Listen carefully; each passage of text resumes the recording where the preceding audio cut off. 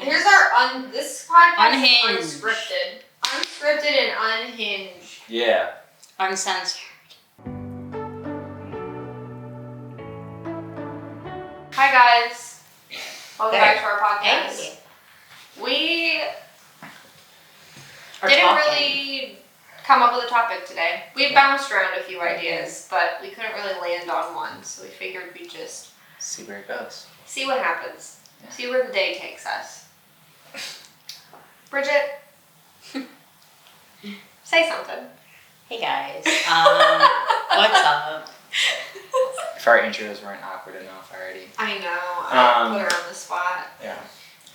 We were molding an idea about talking about breeds, and things that go along with adopting or buying a certain breed. And we just kind of want to make it broad. We don't want to get too tight in the boxes, but it could be interesting. Mm-hmm. Yeah, even your purchasing choices that you make with dogs. Are you hurting more than you're helping, even though you think you're helping in certain situations? Things like that. And also understanding the long-term ramifications of an impulse decision of getting a dog. So something I feel very strongly about is the narrative that you'll hear a lot from people of, I'm just going to go look. And we'll see how I feel when I get there. No, don't do that. Don't do that. If you go and you look, then you're leaving yourself up to being led by your emotions for your decision. And that is not how you want to decide whether you get a 10 to 15 year commitment of a live animal that could affect your life drastically in many different ways. So, and usually in those situations, because it's an emotionally driven presupposition, you end up getting the dog. And then it ends up going completely downhill from there.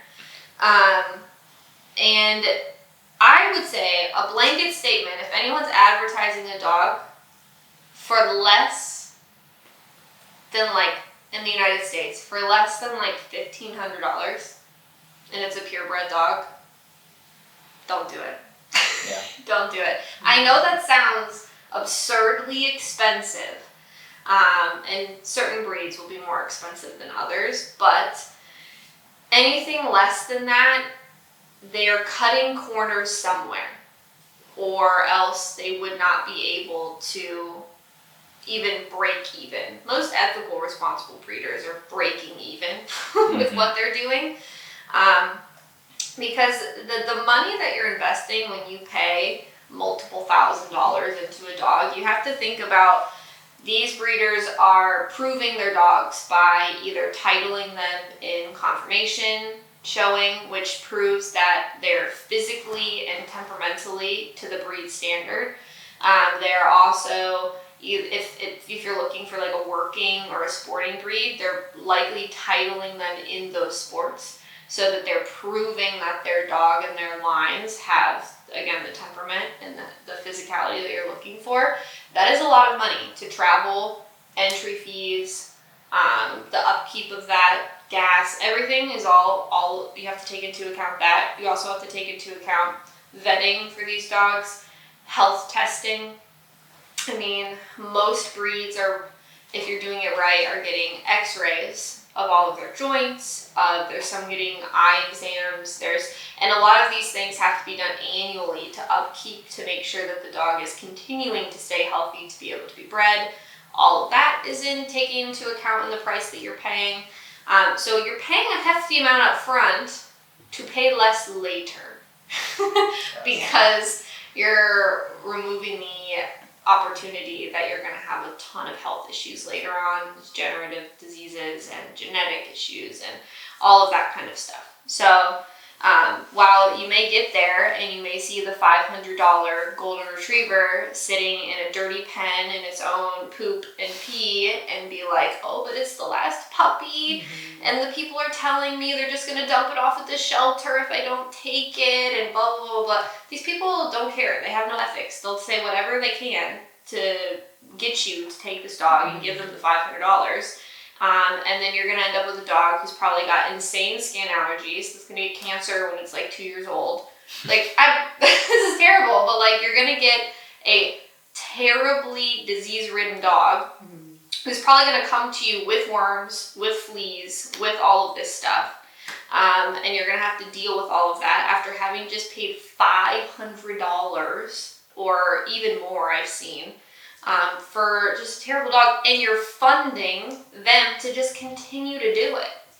Like, again, yes, is it sad to see a puppy in that state? But also, you don't have a personal responsibility to be the one who pays to take it out of that situation. You're just funding their business at that point, and they're just going to continue to do it.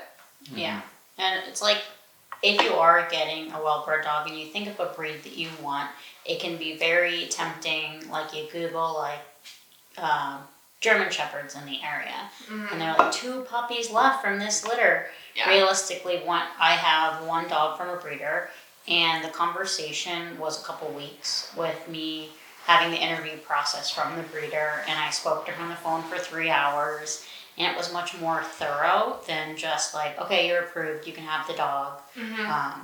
And then I feel like sometimes people get frustrated that breeders have all these restrictions. Like, I just had somebody, and they're like, they almost didn't let me have the dog because I didn't have big dog experience. And I had no prior big dog experience, and I think we get so frustrated and angry at people that are just trying to place the dog in a good home. Yes. So then people are very likely to move on and find something that's fast and easy and they can have within a week.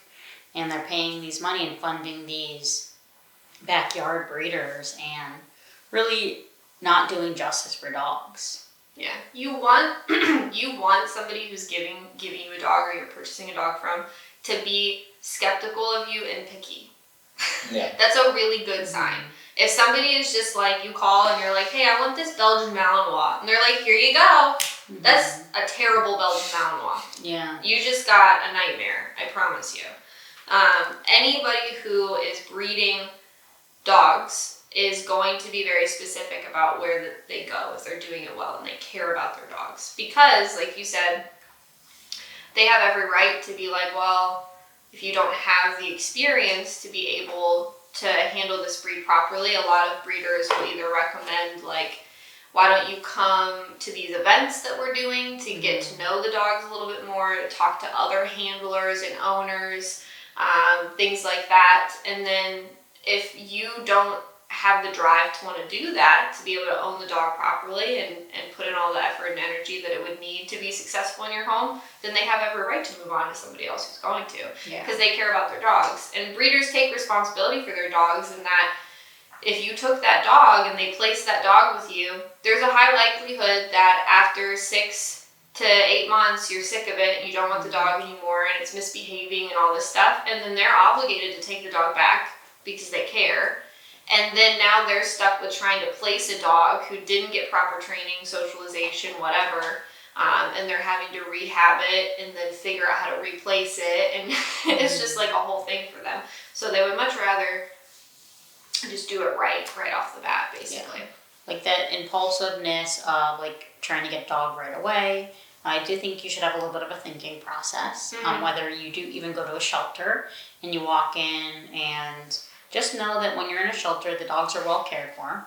That even though that they can tell you a backstory that Fluffy was horribly abused by men and in a hoarding case, the dog is safe where it is. And we shouldn't feel like a dog is a competition.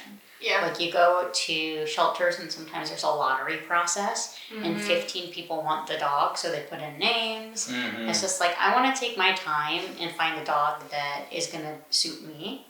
And sometimes that's at a shelter, and sometimes that's with a breeder. But as somebody that has multiple dogs, and I've been very impulsive, I have made it work. But I do regret my choices. Not that I would ever give any of my dogs away. Yeah. Or lessen them. I'm just not going to get more dogs at this stage. Yeah. So.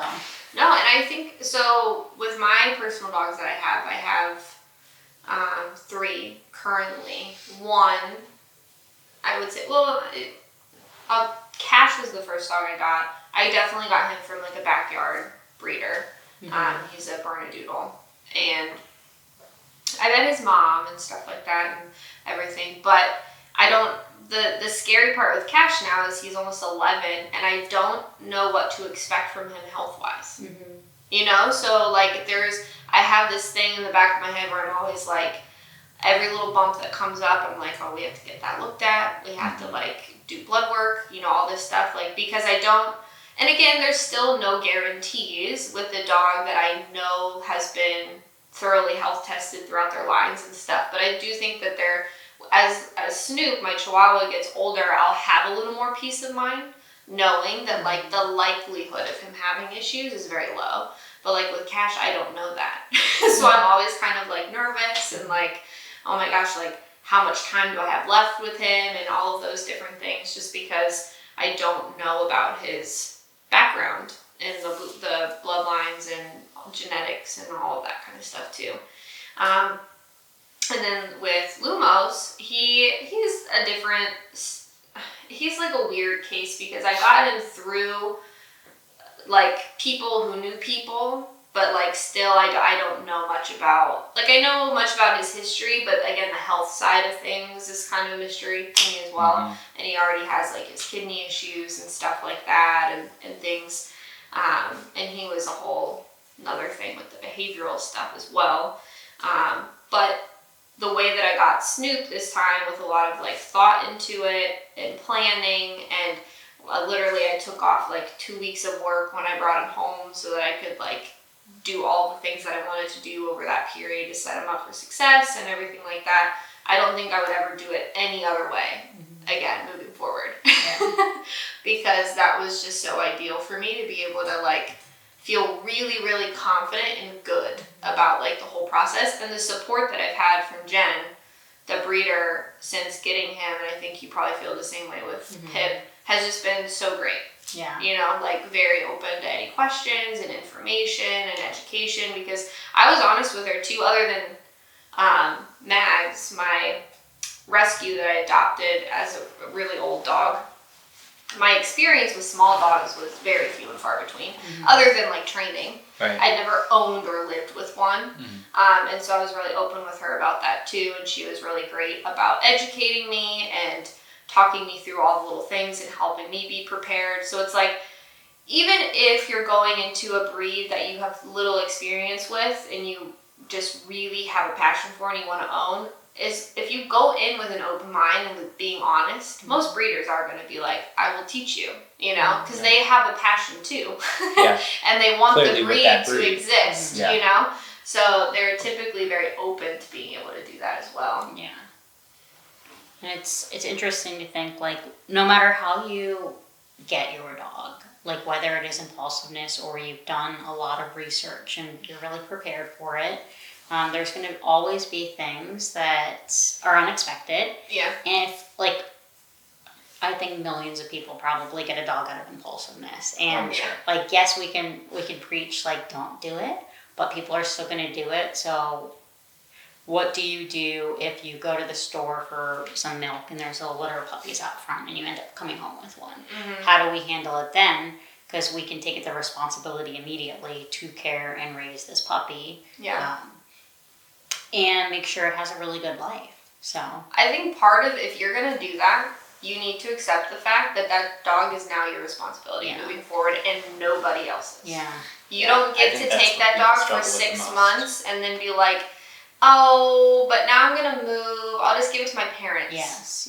I see that so You gave it a try. much. It didn't work out. Like, he didn't like his crate. Like, I think people don't realize how big of a responsibility a dog actually is when they get or into especially dogs. puppies. That's everyone wants the puppies. But no one wants to deal with the potty training, with the whining, with the barking, with the chewing up and stuff like that. And it's like, that honestly was like the worst part of owning a dog, was the puppy. You know? So it's like, but that's when everyone wants to get them, and then they're like, they get so excited, and then they have it for 2 months, and they kind of get over that honeymoon phase because they're like not getting sleep, and they're coming home from work, and there's crap all over the floor and stuff, and it's like, and then they're like, all right, you know what, we can't do this anymore, right? Yeah. Or I've had a few situations where like people have been living in apartments and they get the puppy and then they start getting complaints and then they're like, well, now I guess I can't keep this puppy because I'm getting too many complaints. I'm gonna get like evicted or whatever. You know what I mean? So it's worth knowing what you're getting yourself into for sure, because otherwise, you're just not gonna be able to do it. Yeah, and like in my situation, I did get another dog while having multiple dogs, and I thought about it, and I was like, yeah, I want it. But like, if I'm being completely honest, there was a stage in Pip's life that like I was like, shit. The puppy blues. The puppy blues, where you're like, it's very natural, and it doesn't make you a bad person to struggle with having a puppy, and not every moment of having a puppy is going to be enjoyable, and it can be really difficult, and you can be almost in tears with raising your dog. But we have to find solutions that are going to help you, and we have to prioritize the human side of things, because we're always so focused on how do we raise this dog the absolute best. It can't be in its crate because then it will be sad and be away from me. And we're kind of creating all these terrible behaviors right off the bat. Yeah. And I think that's going back to the impulse thing. I think that's why buying dogs on impulse is kind of like frowned upon, is because with you wanting Snoop or you wanting Pip or something like that, right? It's something where you wanted it, even if it was a little bit of an impulse, but you wanted it. And so when you hit that stage of, okay, this dog's being annoying, you knew, okay, I wanted this. So I right from before even going and looking, you knew you were going to take responsibility for that dog. Yeah. The impulse, that's not necessarily there, right? The impulse is, I want this dog just to have a dog.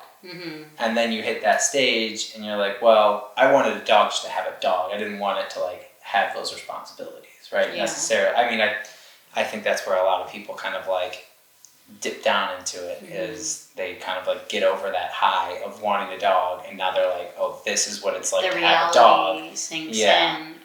And then they're like, and then they can't do it, Well, I think because people forget that the way you live is gonna completely change. It's like a has to changes completely everything. change. A puppy Absolutely. changes everything. It has to change everything. And can you eventually get, so like the way that I lived with my adult dogs was very like normal, and our lifestyle was the way that we wanted it to be. And then I got Snoop, and I knew that my lifestyle with him and the way I lived with my dog was going to drastically shift, because it's a puppy. I'm getting up 2 times in the middle of the night to take him outside. I'm doing all these specific things. I'm not sleeping very well, yada, yada, yada. But the what you have to remember is that like, if you really buckle down and you do all of the shitty, hard stuff with the puppy and you stick to it, your life will go back to normal eventually, because you're raising that puppy into the adolescent that is going to fall in line with your lifestyle. The problem is that I think some people get a dog, don't expect their life to have to change or adjust at all. So they start cutting corners and not doing things properly, and that prolongs the disruption in their life far longer than it ever needed to be. Because now you have a dog that, instead of it being, having a really solid foundation of potty training after the first month of being home, because you did everything you needed to do and you got up in the middle of the night and went to the bathroom and all those things, now you have a dog who's 7 months old and still shitting in his crate because you wanted to sleep. You didn't want to get up. You wanted to do this. You wanted to do that. All those different things. When it's like, if you just buckle down and you plan for it, that's why I took basically pupternity leave. It's like, I have 2 weeks of just getting this dog under control before I would have to change anything else. So if you want to get it on impulse, that's fine, but then you need to really recognize that, like, okay, I made this impulsive decision and now my life is going to drastically change. And I think it's important too to recognize, like, what type of dog are you impulsively bringing home? That's like the risk of impulsively bringing home like a litter of, or a dog from a litter of golden retrievers outside of Walmart is drastically different than like a German Shepherd outside of Walmart, or a Rottweiler, or a Pit Bull, or like completely different risk with that as well. And one thing also to mention is we're talking about getting one dog, but if there's two dogs, they're like, I didn't want to leave the other one by I wanted it to have its brother or its sister. Litter mates can be such a headache. If there's anything you take away from this, don't get litter mates. Don't do the litter mates. Don't get two puppies in general at the same time. Because people often, like, you hear it all the time, like, oh, I needed a friend for him, so it would relieve me from some of the stress. No. As somebody that has way more dogs than I should have, my life is drastically different. Yes. And I don't get the luxury of having a lot of relaxation time. Yeah. I come to work and I work with dogs all day, and then I essentially go home and I have a kennel at home. Yeah. And I do socials and I do whatever I need to do, and I'm clock out here, clock into home. Mm-hmm. And it's been extremely difficult, and the effects of it have been really depressive, honestly. Yeah. The more dogs you add, it does not get easier. No. And, like, it's a joy. This is coming from somebody who likes having multiple dogs. You okay over there? Bridget's struggling. She's going into trauma mode. And I enjoy having a pack of dogs. I will always have multiple dogs. Mm-hmm. I don't think I'll have less than 3. Yeah. Honestly. But it does not get easier adding more dogs. Mm-mm. They don't entertain themselves. They don't wear themselves out because they shouldn't. That's your job to work with them individually in that way. Is it bad to have them play and do all that? No, it's not bad. Yeah. But that shouldn't be their only means of getting exercise and stimulation and stuff. It's no. I saw this post on TikTok and I almost had an aneurysm when I saw it. So I was like, why would somebody put this out into the world? But it was like a post of 2 dogs playing, and it was like, if you've been on the fence about getting a second dog, just do it. It's not any more different or any more difficult. Just get the second dog. Yeah. And everyone in the comments was like, I'm going out right now. Yeah, half of them are like, oh, this was the sign that I needed. Yeah. And then the other half, though, are like, no, it's actually double the cost, double the work. They don't quadruple the stress. Yeah, exactly. No, it's not just the same. It's not the same at all. So really think about the multiple dog thing. Yeah, and I get a lot small dogs are so much easier, and yes, they're a little bit easier to manage, and if they poop, it's a little bit easier to clean up, but having a lot of them is still really difficult. Yes. Yes. You're still going through it over there. Yes. I was very much after I left the shelter and worked here, I felt this immense guilt that I had turned my back on rescue and fostering, and then I would get these fosters in and it'd be time for them to leave, and I'd be like, I'm not giving that dog up. And they're like, you sure? And I have a soft spot for seniors, which I think at any stage of a dog's life, if you are adopting a puppy, an adult dog, a senior, that your first couple months with the dog should look very much the same. So a lot of structure, and I didn't do that with some of my dogs. As I've been a trainer and developed, yes, I've raised Sunday and Pipsqueak very differently. Drop the ball on sport. The ball's gone. The ball was nowhere to be seen, really. Yes. And then the things that I did with Nelson as a young dog owner are damn, I was really stupid, and I made really dumb decisions, and he made me who I am today, and I wouldn't have ever changed things that I've done because it's all been learning experience. But if I had the knowledge before I got this dog that was just an asshole to everybody all the time, maybe I wouldn't have gone. Yeah. I love him very much, and that's not what I'm saying is that I would never give him away. And I'm not sitting here crying about all the work I have to do because I put myself in that situation. Mm-hmm. I'm just saying be prepared for it. Yeah. And if you do find yourself impulsively getting a dog, and things don't go as planned, go educate yourself on how things can get better. Yeah. Go get that grade. I'm sure too that like with Nelson, like all these things that you're saying, like you're being an idiot with or whatever, it's something that at the time you probably didn't realize what you were doing, right? Because otherwise you probably wouldn't have done it, right? So it's something that as you gain the experience, now you've learned. So it is, I mean, I think a lot of people would say that they're in that same situation where it's like they get this dog and they do all these things and then they look back when the dog's 3-4 years old and can't go on walks and can't be with dogs or kids or whatever, and or just super anxiety or whatever, and they look back and they're like, oh well, I guess it could have been this situation that I put them in when they were younger, or this thing that I didn't address when they were younger, and now it's become a habit, And I think like there's a mindset like that you've ruined your dog and there's no turning back from the point, and you have not ruined your dog. No.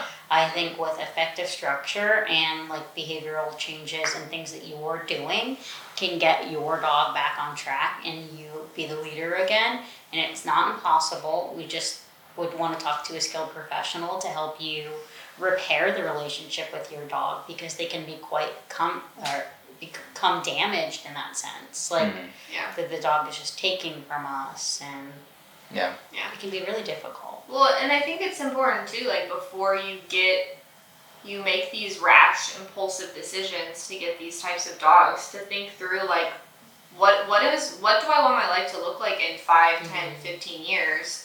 And if part of that vision is having a dog that can exist in a very specific type of lifestyle, you need to be very cautious about just picking any random dog that you come across. Because, I mean, daily here, this isn't a rare thing. Daily, we get clients where we're having conversations with them of either your dog will not be that dog that you have in your head of like the dog that's happy when the neighbors come over and wants everybody to come inside and loves all of your friends' dogs and loves we can do a lot of things to make a dog manageable in those situations and help set them up for success. But at the core of it, I can't make your dog like things it just doesn't like.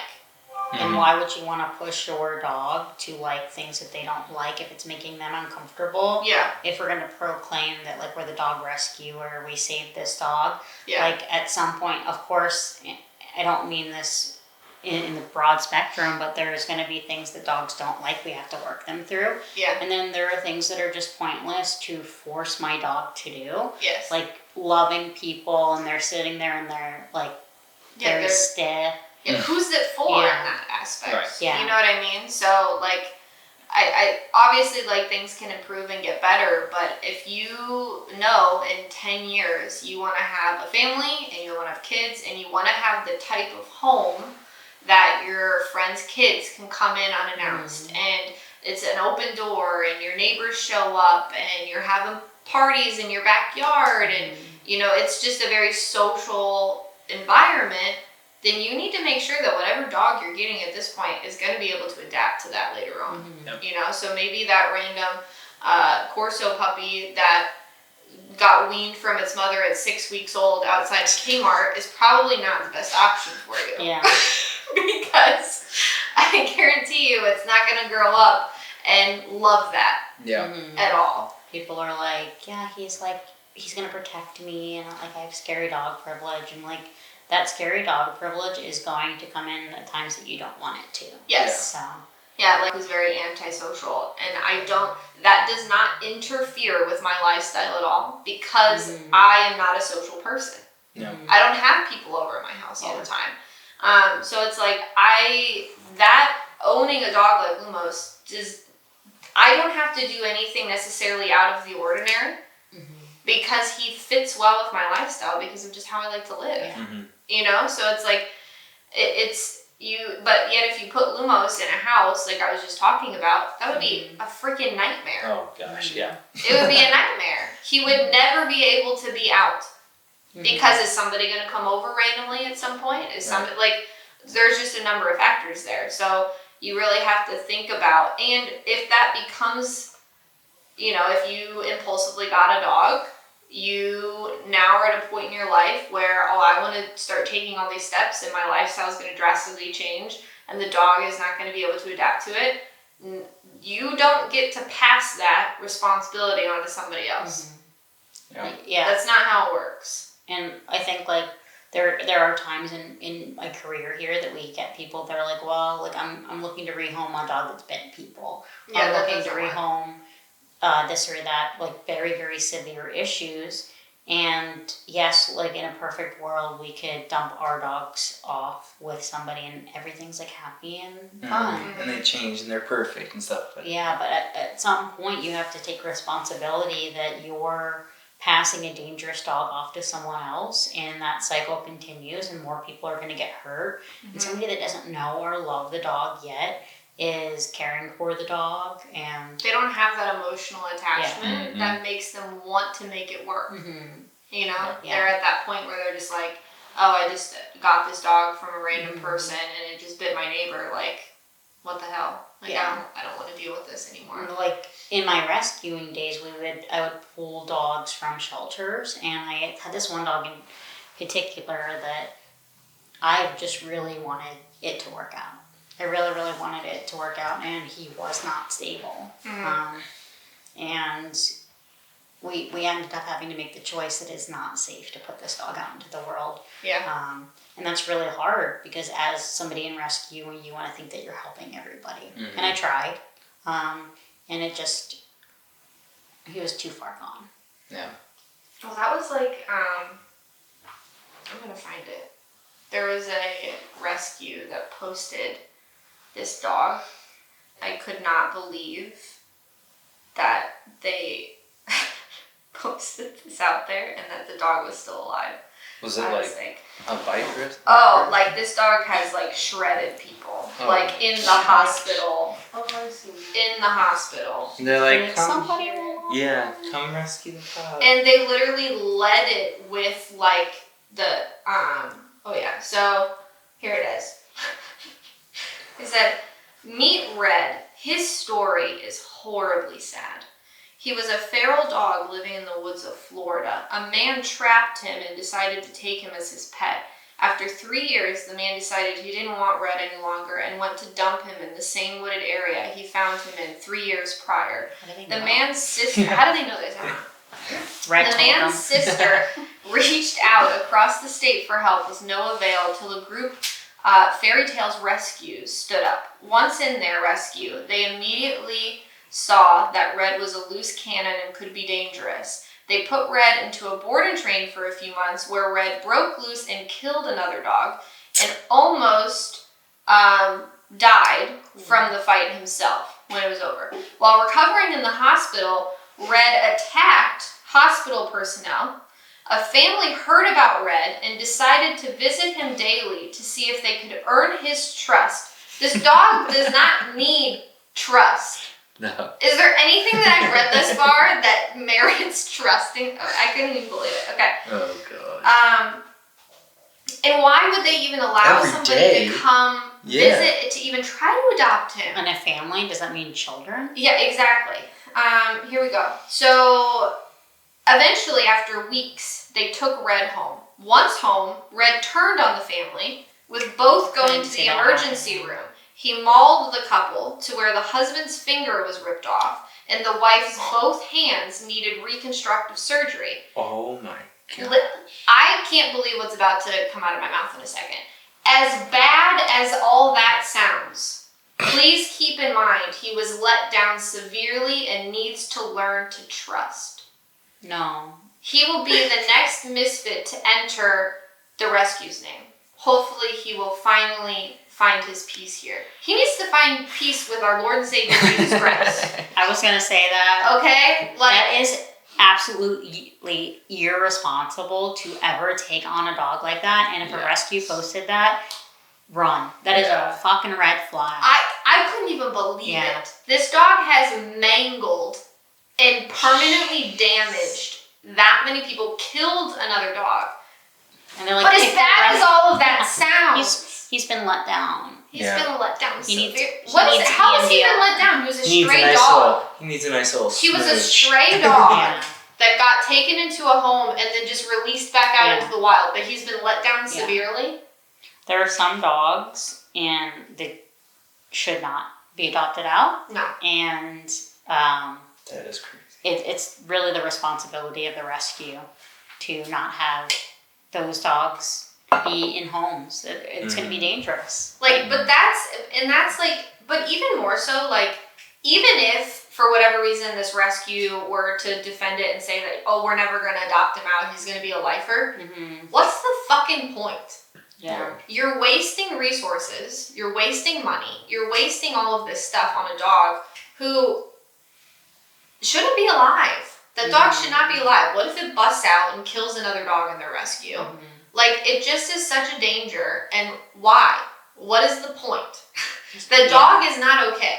It's not safe in its own head. Clearly there is something wrong up there that it just shouldn't be here anymore. And that's what's so frustrating, is that people prioritize this weird need to be like the savior of these dogs and this weird superiority complex. Like, I guarantee you, writing that post, they were like, look how good we are to keep a dog like this alive and to put it in our rescue. Yeah. Like, we're the ones who took on this severe of a case, and like, we're the ones managing it. It's like, there's nothing cool about that. Yeah. That doesn't make you cool. It's really sad. It's gonna hurt someone else. Yeah. Yeah, it's crazy. And it's okay that some dogs can't make it out, and it's okay to humanely euthanize a dog. Yeah. You know? Some of them just need to go. They want to go. Yeah. They need to go. Tell us how you really feel. They need to go. Yeah. Listen, I've been doing this a long time, and some of the dogs that I've seen, I still think about them. And I'm like, that dog was fucking scary. Yeah. Like, there was something not right with that dog. And let's, like, as a society, stop chastising rescues and shelters that are not considered no-kill shelters. Yeah. People are like, I would never adopt from them because they're not no-kill. Like, I want a rescue that is going to be responsible, or a shelter that's responsible. And those people that are on the front lines of that have a very important decision to make. And who are you to step in when you don't volunteer, or you're not actively involved, to even have the slightest opinion on what they should do with these dogs that they're working with? Right. Yes. That's fucked up. Yes. Yeah. And so my whole point of reading that was really to even just hammer the point home on, like, I don't know what information that family was given about the dog. I don't know what they knew about his history and what he had done. There's plenty of cases where people are just not given disclosed information that are important. The first guy had him for 3 years. How did they know? And then decided, one, how do they know? Two, like, what happened in those 3 years? Like, exactly. How many things? Why did he get rid of them? Right, time, exactly. You know? But how many fingers did he lose? Yeah, so it's like, you just have to be so careful, because a dog like Red could be the dog sitting outside that they're like, oh, we just found this dog, he needs a home. And who knows? You know what I mean? Like, that's how all of this scary stuff happens, because there's very big, powerful dogs out there that we don't know genetically what they are, how they're wired, how they behave. And you go into things with the best of intentions, and it doesn't always work out that way, unfortunately. Yeah. And you just really have to keep in mind, like, your safety, your family's safety, your community's safety when you get these dogs, and just be very intentional about what you're doing. Yeah. So try not to buy a dog on an impulse. Maybe that's our theme. Yeah. That's where our discussion took us today. Yeah.